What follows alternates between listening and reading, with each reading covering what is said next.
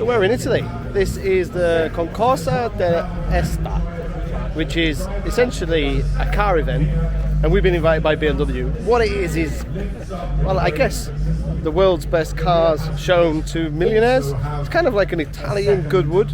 I guess that's the best way to describe it. But what BMW are doing is they showcase concept cars and bikes for the future, which is why we're here. So we're going to go look at the BMW Motorrad RR, which is based on the bike that Top Rack won the World Championship last year. So they are essentially celebrating winning the championship and showing us what to expect from sports bikes in 26 and 27. So they're using the superbike as the base, which is pretty obvious, but it'll be interesting to see which way they're going to go with aeros, which way they're going to go with tech, and what it's going to look like. The last time BMW did this, they showed us the R20, which is their 2-litre boxer, which is yet to go in production, but we've been told will do. So this R Motorrad will be a sneaky peek into what to expect from BMW in the future.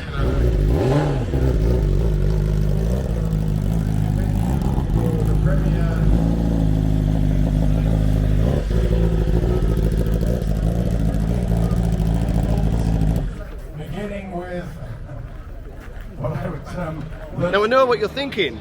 Chad, you're wearing shoes and you're not in leathers and you don't have a crash helmet. That's because this is a concept bike that we're not actually going to get to ride. But what this does do is give us an idea of what the future is going to be from BMW Motorrad when we move into the next few years in superbikes.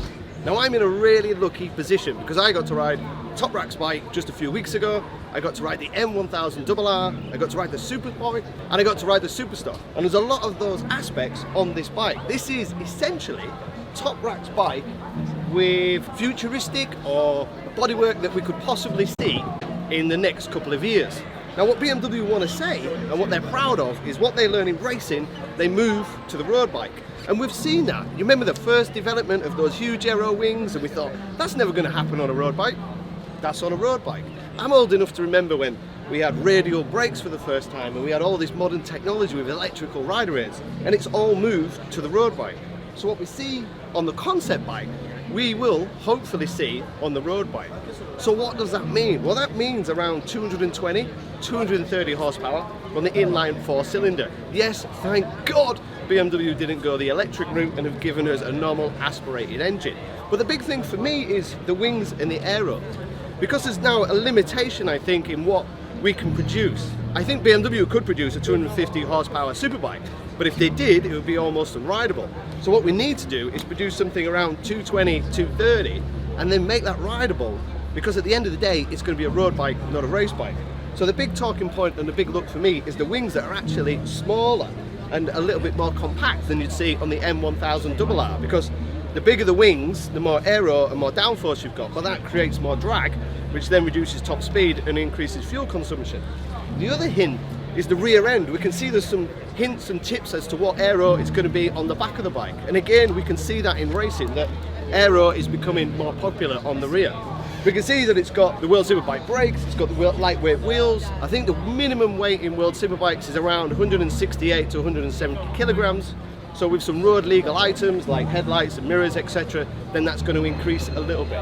But if this is just a little taste of what to expect in the next few years, then thank God it's going to be awesome.